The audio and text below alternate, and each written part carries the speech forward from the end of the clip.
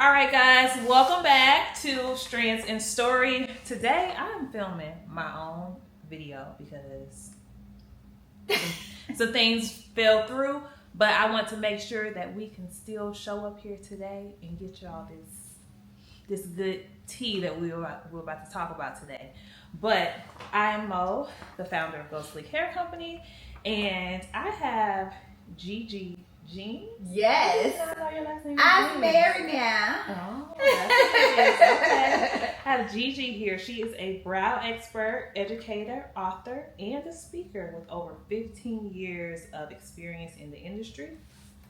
But I'm gonna let her introduce herself because she has a lot more. She has done a whole lot, y'all. So we are what you call the OGs because we've been doing this a really long time. I'm retired now. I'm a retired hairstylist. It's been 5 years since I've been retired, but over 25 years of experience. Mm-hmm.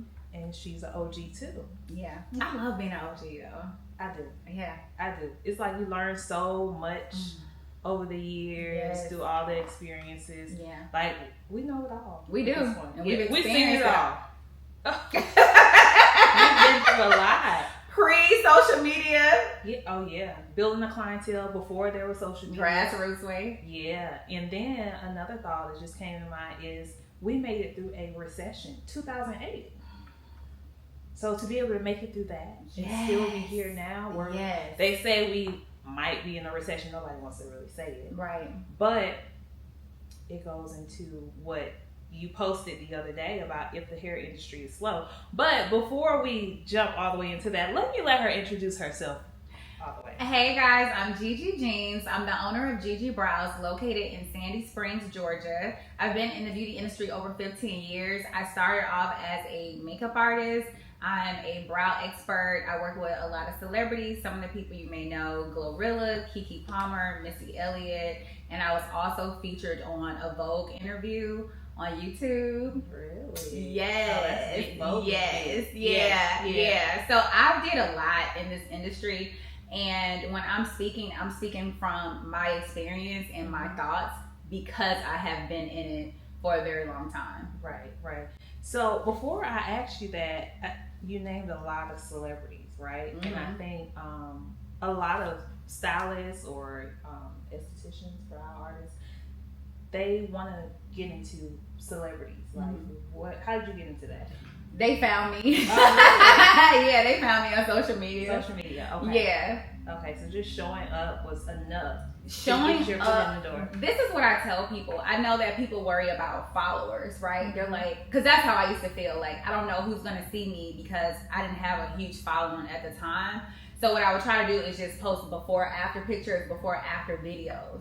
Mm-hmm. Right? Because I understand that you only really have 5 seconds for someone to look at your page and make a decision. Right. So I always said if it was between me and someone else, I just want to show brows. Yeah. So I will always get chosen. So I would think, okay, dang, people say, I'm in town, tag a brow artist. And they would tag all these people. And I'm like, honey, they ain't coming to me because I ain't got no following. Baby, they would book it.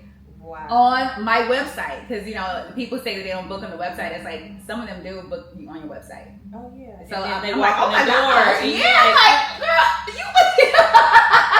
Right. Because we forget that they are regular people. Mm-hmm. They're scrolling just like we're scrolling. Yeah. Right. Yeah. So they're just looking for the work. They don't care about your following, and they don't care about other celebrities that you work with. Right. They just want to know that you can do the work and that you're professional. Yeah. Are you good?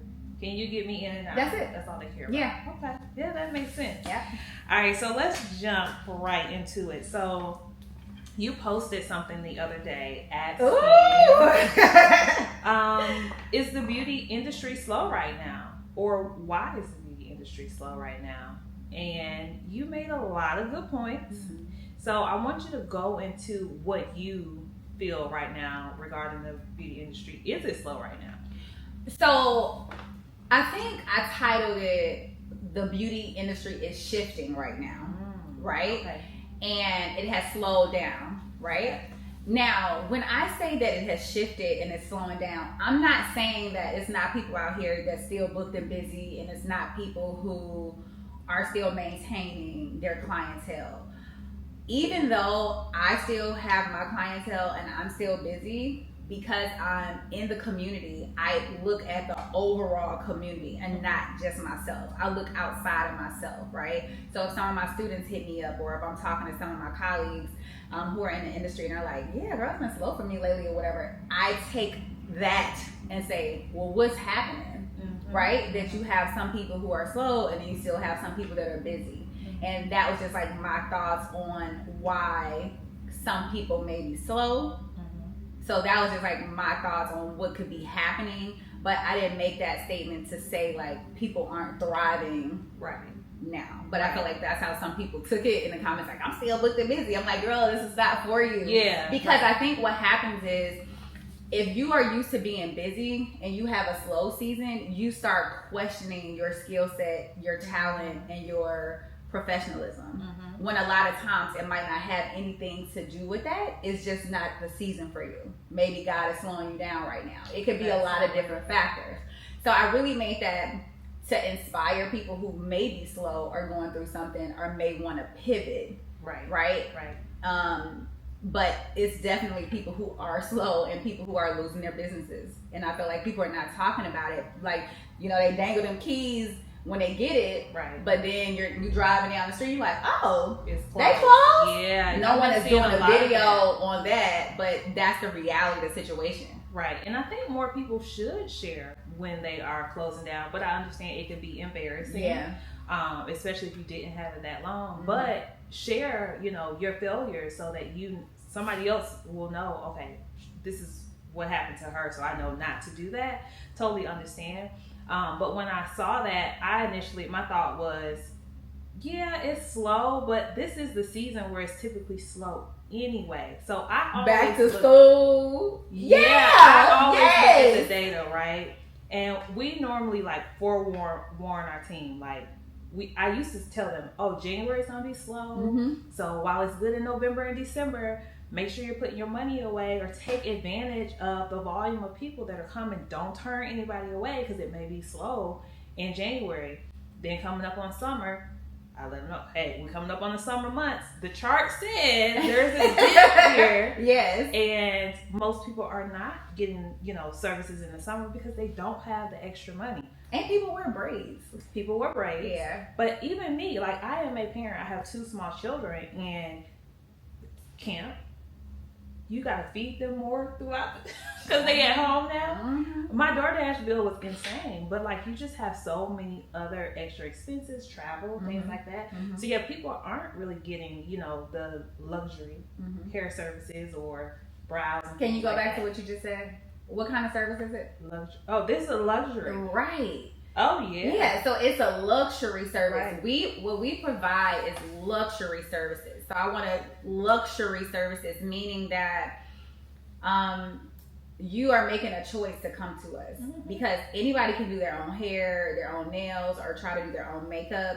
So it's not a necessity, it's a luxury. When you are booking someone, it's not a necessity. You are choosing, I want to go sleek and get my hair done. Right. You are choosing, I want to go to Gigi and get my brows done. But it's so many people out here who do what we do at different levels. But I feel like when it comes to our industry, it's like this person is high, right? And it's like high to who? Right. Because if you were a designer, right, you have Zara, you have H&M, you have Louis Vuitton, you have Gucci. I don't hear people saying that they're high. Right? They find a way. They're like, you make a way. I'm gonna do that. But I feel like when it comes to us, it's like, okay, well, the lady at the nail shop, she's charging 10 and you're charging 80. Or no, what about the saying when they say, oh, well, back in the day. Well, baby, back in the day, stuff was cheaper. And back in the day, we didn't own our own business. Back in the day, I worked in a salon setting. So I just paid booth rent. But that is still like running your own business. It is. Right? It is. We just didn't understand how to truly run a business, how to properly price our services. What? And then how long did it take you to get yourself a raise? Years, right? I mean, I was probably 10 years in. You better talk about it. I tell people, listen, at your corporate job, you get a raise every year. In the beauty industry, I swear, it would be like every 3 or 4 years that I would raise my price, and I would literally raise my price like by $5, by $10. And it actually took a client of mine, love her down, where she was just like, girl, your prices have been the same for the last 3 years. And she was like, you're taking 20 to 30 people a day. And, you know, once you get to that level, you have to raise the price. So the people who are serious about coming to you, where you're not like overworking yourself and that's why you're feeling burnt out, that came from a client. Oh, yeah. Right? And that's when everything changed for me, is that I was just like, wow, you know, you're right. But I feel like we're afraid sometimes to raise the price because we don't know if they're going to be offended. But the reality of the situation is my rent was going up every year. In my salon suite, my products were going up every year. My insurance was going up every year. So really, I was taking L's, and I didn't even know it because I wasn't really paying attention to the business side, because I was more focused creatively and with marketing. Yeah, which that most hairstylists, or I keep saying hairstylists, but most beauty professionals, that is all we're creative. We just do the service and that's it. Yeah. And we're not looking at the numbers until you look up one day and you're like, wait, I could barely live. Because baby, you just swiping that card. Yeah. And then you look one day like, wait a minute. I remember when I got QuickBooks, and you know, I attached all my business accounts, my credit cards accounts. And I was like, this was probably like 5 years ago. And I'm like, okay, how did I make $10,000 this month and then spent the same amount?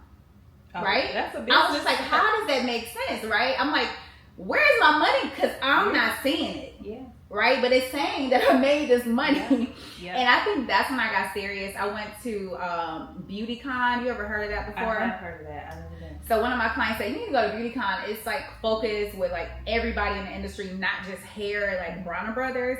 And they had their booth set up like a production. You know, I was just like, wow. And they had different people there, Super Scent, Mingley, different people talking about the business side of their business. And it was there, which I learned from Shopify. They were like, you guys know your numbers, you know, are you forecasting? You know, do you actually own your building? Are you renting your building? You know, what are your projected sales? Do you know how much it costs for this? I was sitting there like, because we don't look at that. But we don't have time a lot of times. Most beauty professionals, we're working 5 or 6 days a week. Yeah. And then if you do get one day off, you know, you're trying to run your errands or you're spending time with your family and things like that. But we do have to set aside or dedicate probably 2 days to doing just admin. So Mondays for me, I call it my CEO day. So Mondays is when I do all my admin work.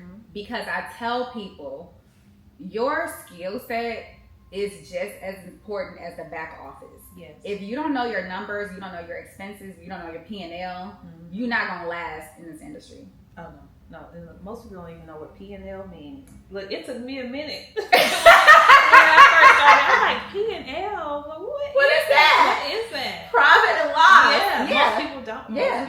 They don't know. Yeah. They just know how to do hair. Yeah. And that is it. So, look, did we go too far? Look, I'm like, hold on, did we go too far? You like, where we at with it? Okay. Okay, but I mean, this still all ties into, you know, if the industry is slow, right? Because it still goes back to pricing. Like, are people not coming because they say our prices are too high? Or is it a marketing issue and some sort of disconnect? I feel like when I saw your post, and you mentioned something about the shift. Now, I think the shift already occurred. The shift occurred probably over 10 years ago when we went to online booking. When we started putting our foot down and having a long list of rules. And can we stop right there? Oh, yeah. All right. So in the comments of the video, someone was like, where did all these policies and rules come from? And I could not wait to get home to like respond back. And I said, the policies and the rules came in place to have boundaries, because they don't understand how many L's we took by using our phone, texting someone their appointment, or texting somebody through the DM and them not showing up. I'm like, I lived in Stone Mountain when I worked at that salon off Northside Drive, and I would book people as early as 9:30 in the morning.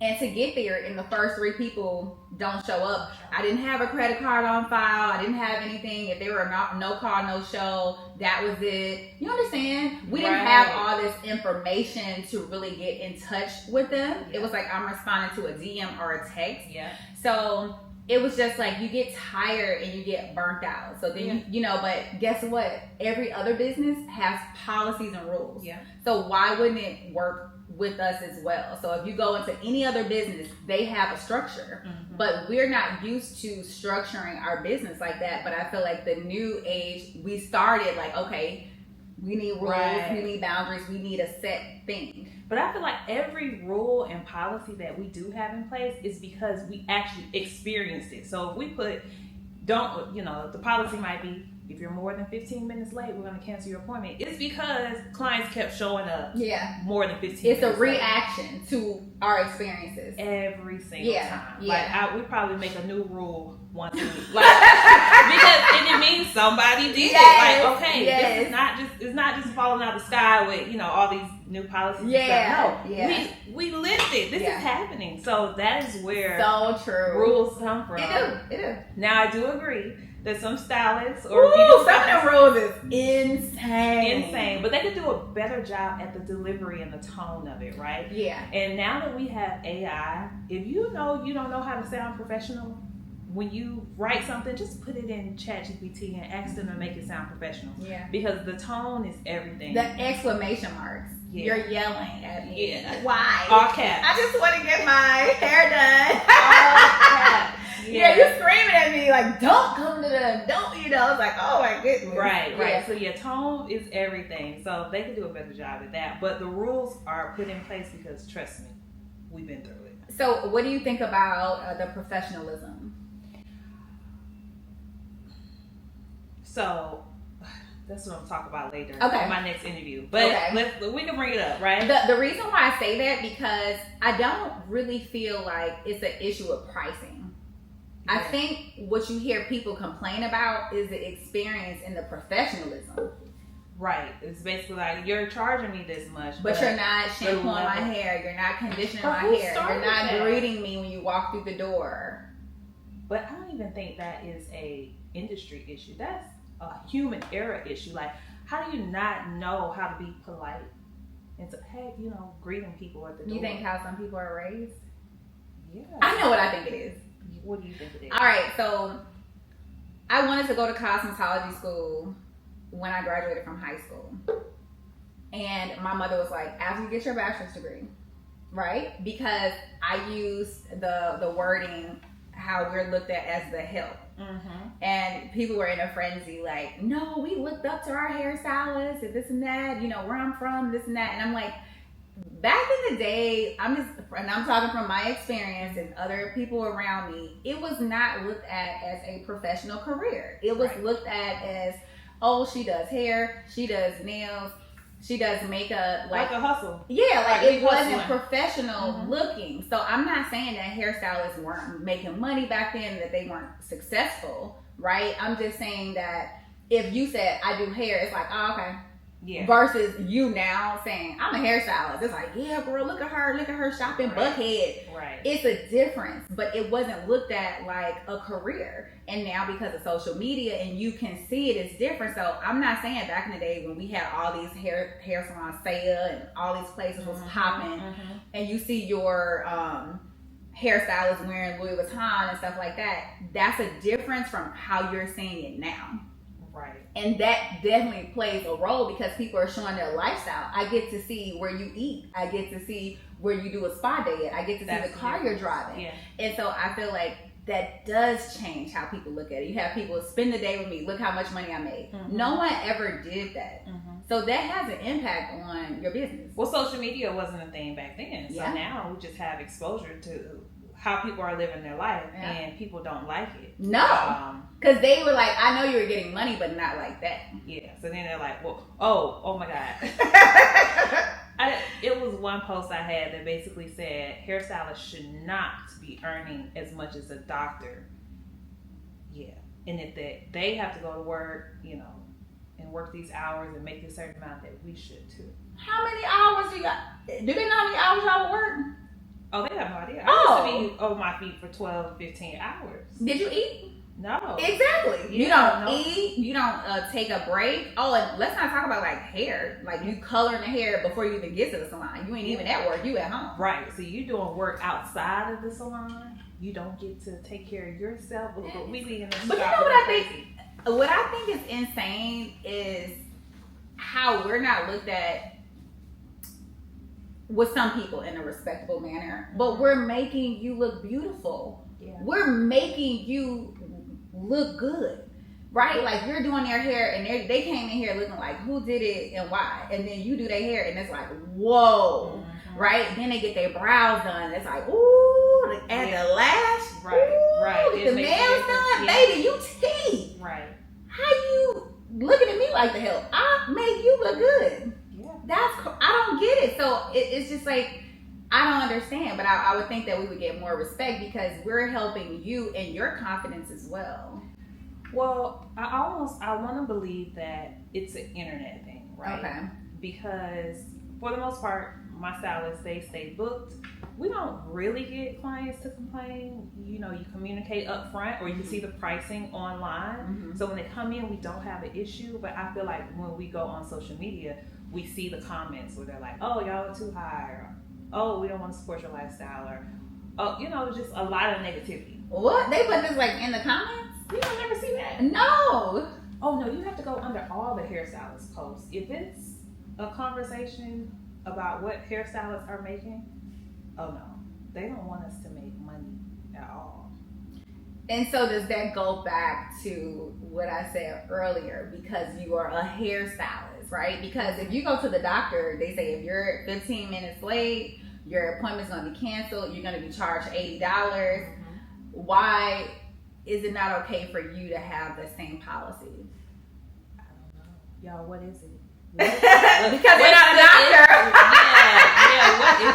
I think it's like you mentioned. Not all hairstylists or beauty professionals are professional, whether they are licensed or not. Because this is a misconception. I feel like people like to say that only unlicensed people are unprofessional, but it's people who are licensed who are unprofessional. It's not just a people who are unlicensed thing. I feel like professionalism goes across the board, whether you license or not. There's some people. I wanted to do like a free class on professionalism, but I feel like a lot of people don't look at themselves as being unprofessional. So that's not something that they would even sign up to be a part of because they don't feel like they're unprofessional. They don't. But you know what I always say this too. A lot of times it ain't about being unprofessional. It's they need to work on themselves, because how are you rude to people or not being on time and don't care? Yeah, like how do you sleep at night knowing that you? Girl, I used to get my hair done back in the day, and this is a real story.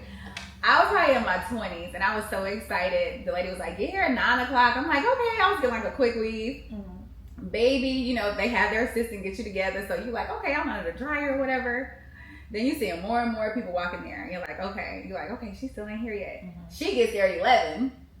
Baby, you ain't leaving that shop till 8 p.m. Yeah, that's insane. And I'm like, oh my God. But she was so good, right? So like you're upset while you're sitting there. But once she does your hair, it's like you forget about how long you waited and everything, right? That's not okay. That is not okay. And if any stylist is still operating like that, they just need to stop. Just stop doing it. Don't even do it. Yeah. Because who wants to sit in the salon for 10 hours? Nobody. But that's what we did back in the day. We did. But you know why? Because they probably most stylists weren't charging enough. No, definitely so you not. had to do 10 or 15 people to be able to live. Survive, yeah. No help, girl. Oh, but I feel like because we were in an open floor salon setting, it was so much going on, right? So it wasn't like you were just sitting there. You know, you had people in there selling CDs, oils, fruits, earrings, right? You know, so everybody was talking about different things. The TV was going, so it wasn't just like you were just sitting there. It's kind of like the time went by. You could buy food plates. Yeah, but that wasn't professional. That's unprofessional. Yeah. Very much so unprofessional. But it sounds like women would rather go back to that. They want to get cheaper prices. But how can you get cheaper prices when our overhead is expensive, right? So we have to factor in our location, our insurance, our permits, our licensing, and that's how we have to do the pricing.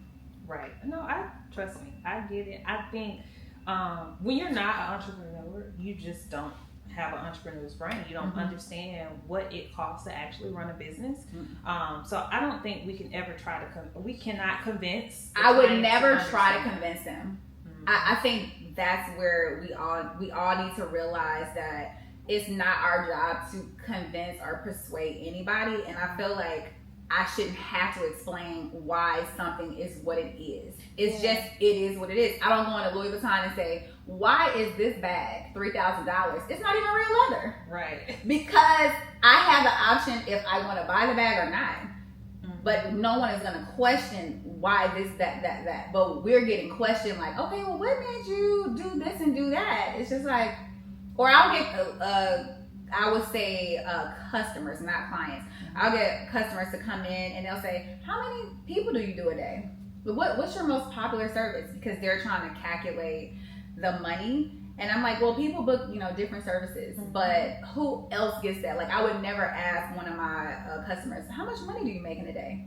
So why do they feel comfortable to like ask us different things? That's such a popular question, just in interviews in general, about how much money somebody makes. I've never been a fan of that question. I don't discuss that because I feel like that's personal. And I always tell people, if I ever became a millionaire, you would never know. Yeah. Because that's personal, private. I feel like just what you show online, you have friends, family asking you for money and feeling entitled to different things. Yeah. So I would never, put myself in a position like that. Right. So I want to ask you, because I've had my brows done by you a couple times. Not as often as I would like. Okay, so... and she's amazing, guys. Was this 2014? The first time you did it? Yeah. Yeah. Or 2013? It was for my... When was your shot? Your wedding. When was that? 2014. 2014. Yeah. That is crazy. We are in 2025. I know.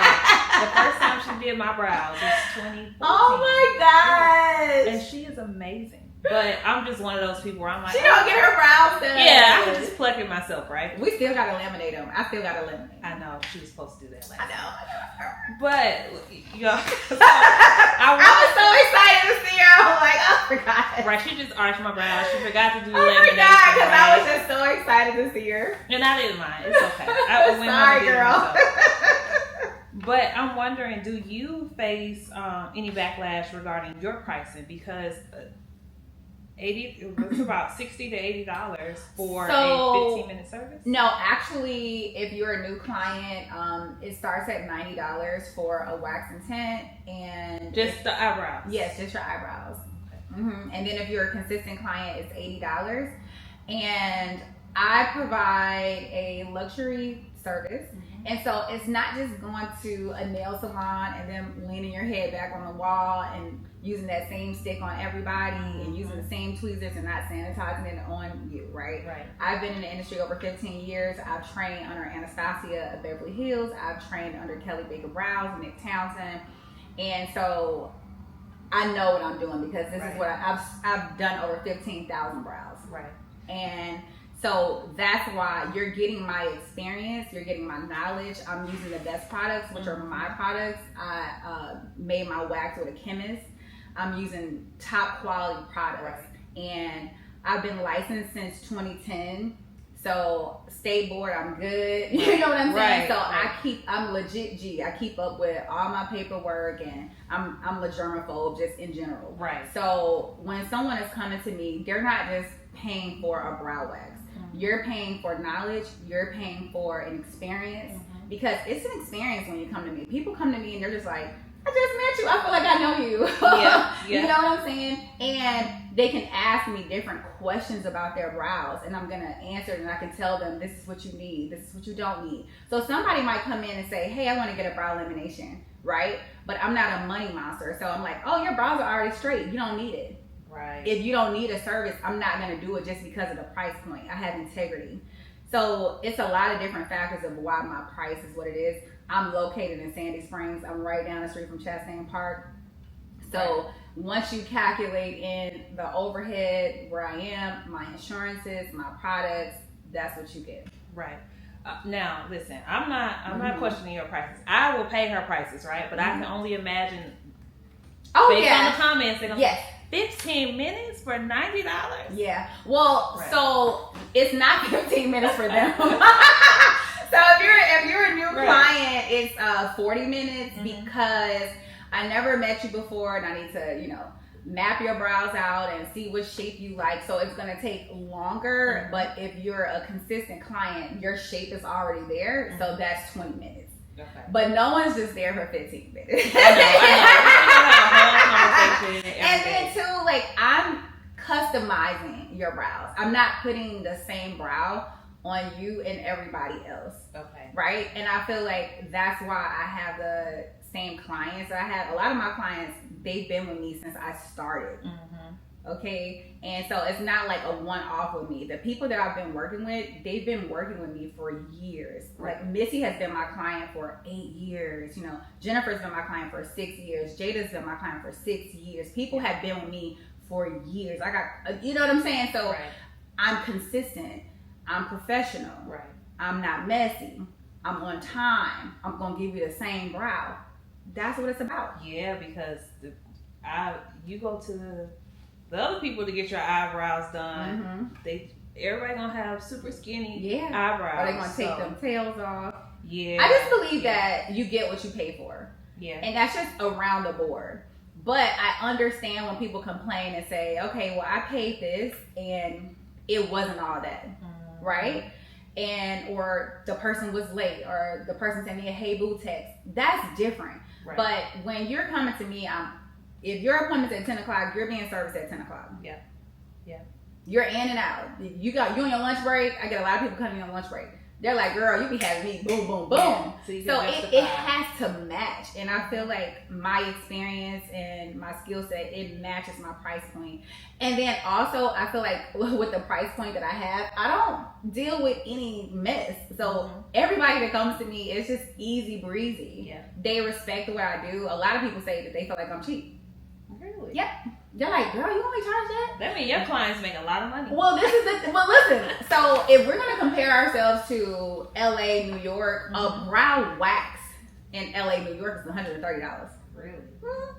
From a top artist, yeah. Oh yeah, I had no idea. And that's not including tint, henna, brow stain, brow lamination. Right. So Georgia, we still don't charge prices. I'm pretty sure if you even compared yourself to people in LA or New York, it's gonna be higher. And the cost of living is higher down here. It wasn't before, but now it is. Yeah, the price will vary depending upon the region, but it does cost a lot to live in LA and New York, so it makes sense on why the prices are so much more expensive.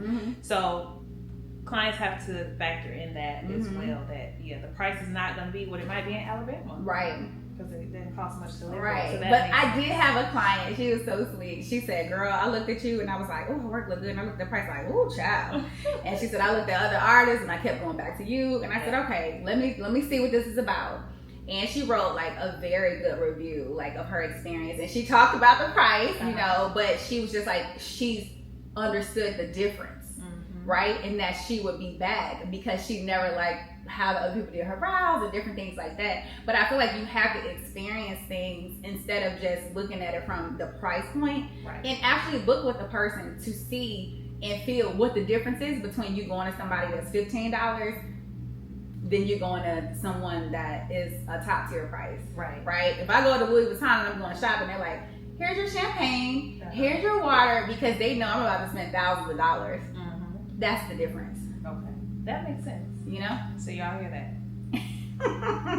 It's the experience is not the same. No. Everywhere. No. And then, I mean, come on, y'all go to the nail shop and they give you the champagne. Where are they washing them glasses at? Where are they washing them cups at? Well, you gonna make me not want to get champagne at the nail shop no more. Where are they cleaning it at? And what they cleaning it with? Oh no, just bring me the champagne in the bottle already. Clock it, guys. I told y'all I'm a germaphobe, so yeah. I'll be like, no, thank you. Or you got a plastic cup. Right. Right. No, I get it. Okay. So, all right. So this is the last one. We talked about a lot. What strategies do you feel like? No. What strategies do you use to stand out online? And what piece of advice would you give to other beauty professionals looking to build a strong online presence?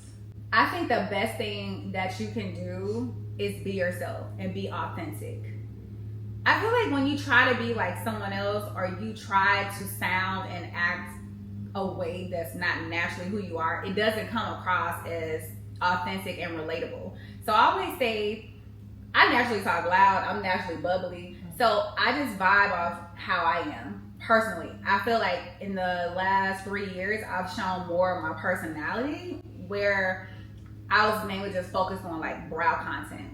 Yeah. Where now people are like, oh, you funny, like, oh, you cool. But I never really showed myself, because I feel like we are background people, right? It's like we're in the background getting you together, but we're not in the front, right? No, we are not background people. But now we outside, we in the front. And with so much competition out here nowadays, I tell my stylists all the time, you have to show up. People want to, like, they fall in love with the person and not even what you really do. Right. So show up, show your personality, like we said, but then also show, what you can do. But 9 times out of 10, they come into you because they like who you are as a person. They're buying you. Absolutely. That's all. They're buying you. But I feel like you need to be real about who you are. Right. Because I don't want to see you one way on social media, and then I come and I'm like, oh, that's not you. Yeah. Right? Yeah. And so just be yourself, and then I just be intentional about like what I post. If I'm not in a mood to do content, I'm not gonna do it, because I know it's not gonna come across to the audience as authentic. So I would rather wait and post good content, so when I post, it hits. Yeah. Right? And then you want to be consistent with posting. So I don't feel like you gotta post all day, but I do feel like you need to be seen, because it's like out of sight, out of mind. If I go like a week without posting, people are like, you good? Yeah. Right? So I'm like, oh, I do need to post like every week. But it was a time where I was posting like every day. Yeah, but then 3 times a day. I'm like, I didn't sign up to be a content creator. I just want to do brows. I just want to teach. I just want to sell my products. But if you are not doing that, you are just not going to make it. Yeah, you won't. And especially with the shift or the seasons where it slows down, you have to constantly show up online. Yep. And that's what I didn't bring my thought in earlier. But when you mentioned, or the people in the comments mentioned about it being slow, for a minute I thought like, okay, well maybe it's summertime, it's slow, right? But no, I think we aren't putting ourselves out there enough, because I did a video that went viral. And that one video booked out all my stylists. So I said, hold on. It's not slow. No. They just don't know we're here. Exactly. And also, to piggyback off of that, you need to use different platforms. Oh, yes. So I post on TikTok, Instagram, Facebook, YouTube, and we forget about Yelp, Google. Yeah. So I had 6 new clients last week, and I was just like, how did you all find me? They were like, Google. I said, we done forgot about Google. So you need to update your pictures on there, update your information on those sites. Yeah. But I feel like more people need to know about you. I don't care how many followers you have, it's still people out here who don't know you. Yeah. And I think that's what it is. So they need to think about, when you're showing up, you're not just showing up for the same people, but you're also showing up for new people. Yes, absolutely. Yeah. And have different things that you offer. I have referral programs. I have discounts for my loyal clients. I have, when a birthday comes up or they're getting married, I do things for my clients. Right. You know what I'm saying? So it's just not about me making money, but I look out for my clients as well. So I feel like that's important. Okay, well, that's good. Yeah. So she gave a lot of good tips today on how to start a do celebrity clientele. What was it? Customer service. Definitely customer service. Charge your worth. Yep. And don't be afraid to raise your prices. In my book, Behind the Beauty, I talk about setting up your business back office. And I go over how you can keep up with your P&L. I give an example of charts. I give an example of being consistent, how to train your staff if you have staff under you or you have an assistant under you.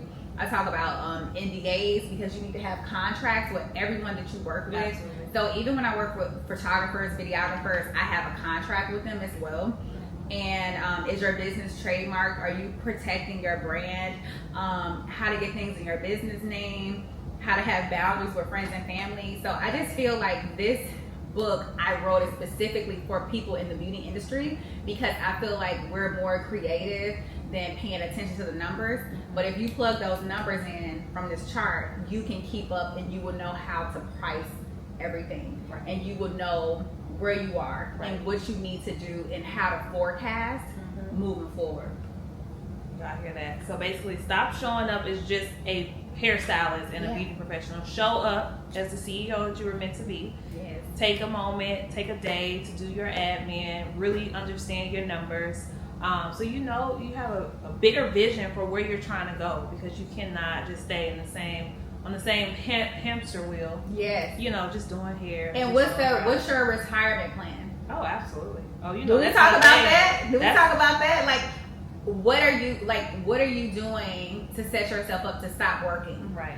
And then also, a last gem I want to give, which I talk about in my book, is different insurances that you should have as a professional. Oh, yeah. I didn't know that when I was pregnant, if I would have had disability insurance, that would have covered a portion of some of my expenses. Yeah. Right? But those are things that I learned as I went along. Right. Or God forbid you got hurt or in the car accident, you can get paid a percentage of your salary. So it's just different things that you could put in place to protect yourself. Right. And it's different investments that you can make with the money that you make, but you have to do it, right? Yes. So I'm on payroll, I go through ADP, and through there, I invest in my retirement. So it's just different things that I talk about in the book that will set you up to be able to retire and to be able to receive certain benefits.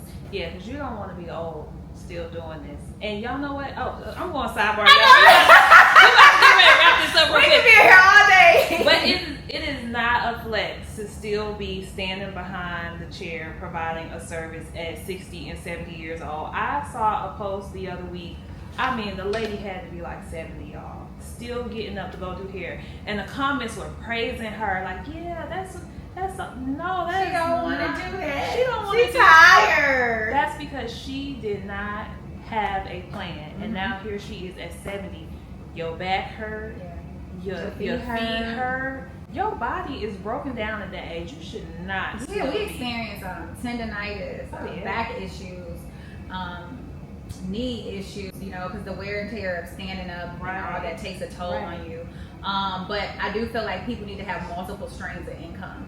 So if you're a service provider, you need to have products, you need to have classes, you need to have different things, so you're just not reliant on your hands. Yeah, and you don't always want to trade your time for money. So she's absolutely right about that. But this is a very good conversation. Let everybody know how they can find you. Guys, you can find me at gigibrows.com. It's just 2 G's, BROWS.com. And my social media is at All Eyes on Gigi, like Tupac, ALLEYEZONGG. We're going to wrap this up. Make sure if you are not subscribed to this channel that you go ahead and hit that subscribe button. If you can follow us on Instagram as well at Strands Story. Also, make sure you follow Ghostly Hair Company on YouTube as well as Instagram and TikTok and all of that. If you ever need your hair extensions, y'all, I'm wearing my half wig today, y'all. This thing is like just convenient, like a lifesaver, okay? Because I really didn't feel like doing my hair this morning, so I just threw this on. But thank you again for watching, and I will catch you on the next episode.